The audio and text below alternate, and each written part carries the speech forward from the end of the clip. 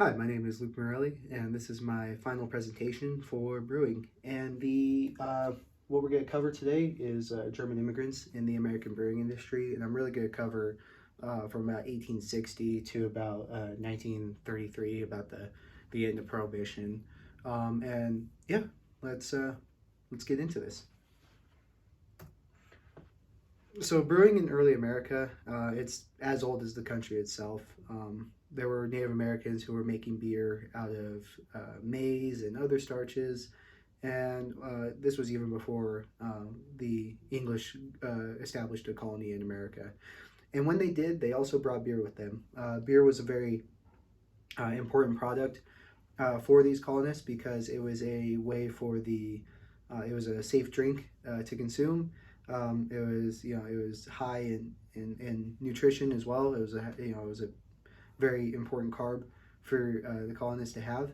And as I mentioned earlier, it was also safer than trying to drink water because they hadn't necessarily gotten down the idea of boiling water to get all the nasty stuff out of there. Um, and so most of the brewing that happens in this time is mostly done at home, but there's also a lot of taverns, and the market is there for brewers to make a living. Um, and some historical context here. The Starting in about the 1830s, America is really starting to industrialize and really starting to have an economic boom. So people from other European countries are coming to America to seek better economic opportunities and to seek out a better life overall.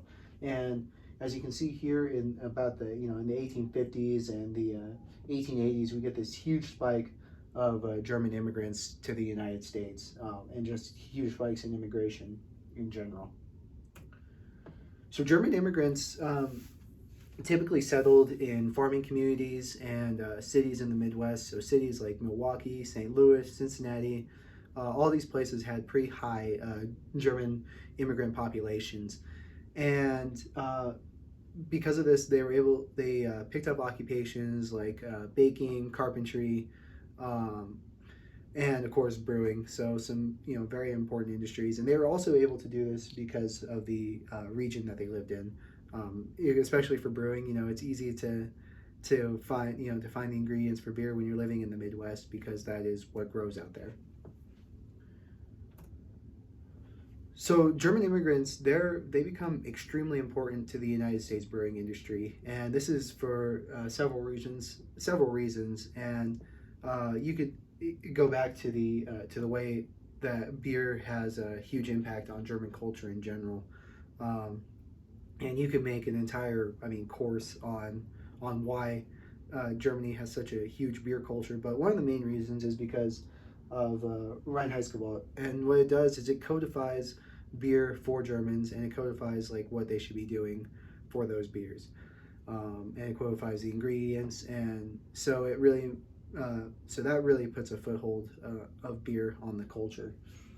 And then the other important factor is that the Germans are going to introduce lager to the United States. And at this time, it was generally ale type beers that were typically consumed in America, which made sense because the English, that is the typical English style of beer. So it made sense that that would be what was consumed in early America. But lager is going to be different. So lager is a beer that takes a longer time to ferment. Um, and overall, it just takes more time to get a quality lager going. So some of the flavors, it's generally described as a crisp taste, not as much hops, not very bitter, and not very sweet either. But overall, just a very palatable and easy beer to drink. And also, another difference between lager and ale is the serving temperature, the brewing temperature. All of that is for a lager is much cooler than it is an ale.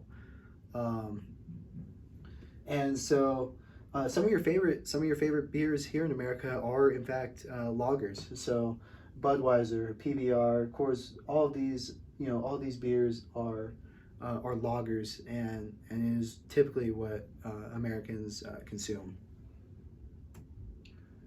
So It is generally the general theory is that lager was introduced by German immigrants in the 1840s. And then during the Civil War, there were plenty of German immigrants who fought in the Civil War for the Union, typically, and they would bring their brewing styles to their camps for their fellow soldiers. And again, because lager was a more palatable beer, it was something that people really enjoyed.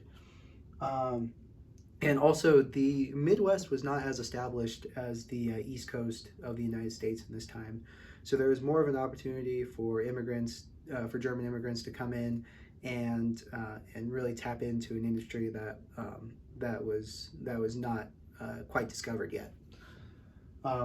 And because of this, German brewers take a huge, almost a monopoly in the brewing industry. About 80% of brewers were of German descent in 1880. Um, so some notable German American brewers. We have Frederick Miller, who was born in Württemberg, Germany. He moves to Milwaukee in 1855 and helps create the Miller Brewing Company. So beers like Miller Lite, uh, all those beers, those were his fruition right there. We also have Frederick Pabst. He was also born in Germany, and he comes to America, and he joins with his father-in-law Jacob Best, and they help create the Pabst Brewing Company, and the company is eventually named after him. And so, probably their most notable product is Pabst Blue Ribbon (PBR).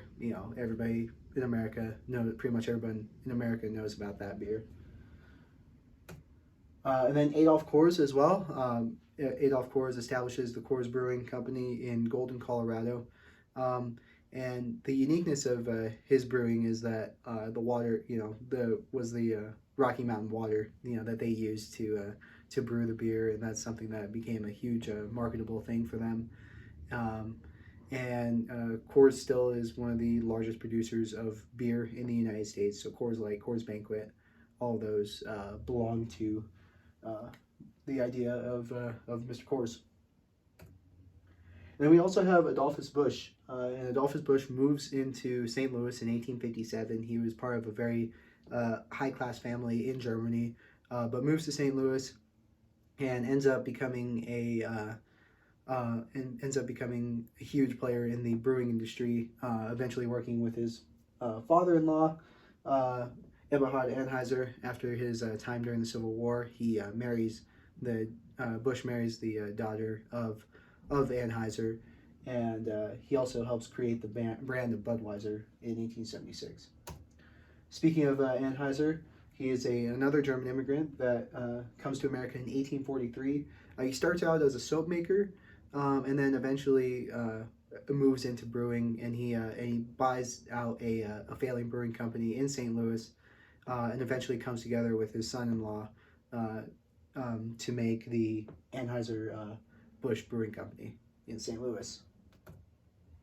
So Anheuser-Busch really changes the game in terms of beer production and the brewing industry in the United States. And one of the things that separates them is that they were able to start mass producing beer in the United States, which was something that was not really attainable before. Most breweries were just kind of local places, and beer did not really go out terribly far out of the local area.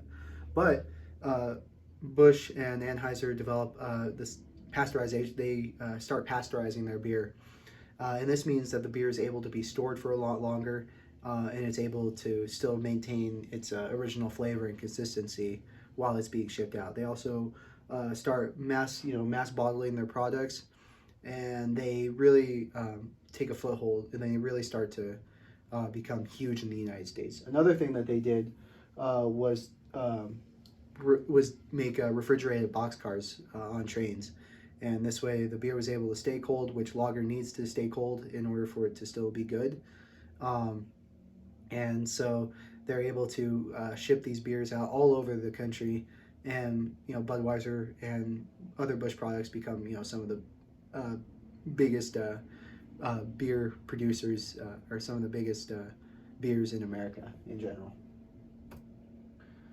And then in going into the 20th century, there's a lot of changes going on in the country. The progressive movement is really starting to take hold in the United States, and part of the progressive movement is the temperance movement as well. The temperance movement was created by women in order to try to stop alcohol abuse in the United States, and so another factor that leads into this is going to be World War One.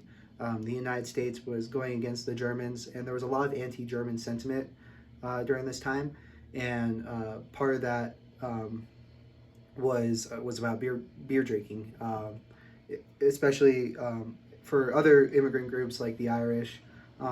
It was seen as an evil that that foreigners did, and so beer is really good. The brewing industry is really going to take a hit because of this.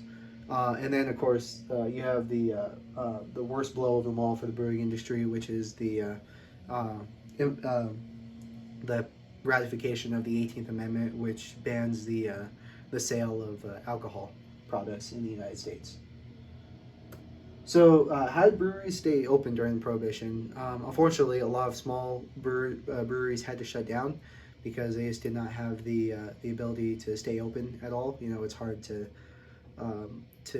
be a brewer when you can't sell your product at all. And so the way that other big breweries got around this, like Coors and Busch, they were able to switch to other products that would that would not break the law. So they would sell products that would make beer, but they wouldn't sell beer in general. Or they would, for example, Budweiser would sell non-alcoholic beers, ice cream, other close products uh, to keep themselves afloat during Prohibition.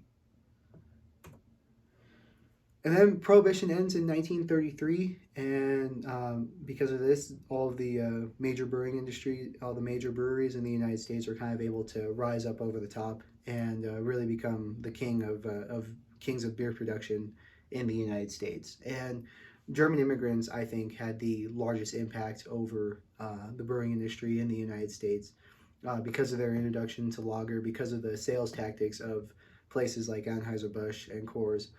They were able to create an industry for themselves and create an industry that has spanned almost more than 150 years in the United States. This is my works cited. Thank you for listening to this production, and see ya.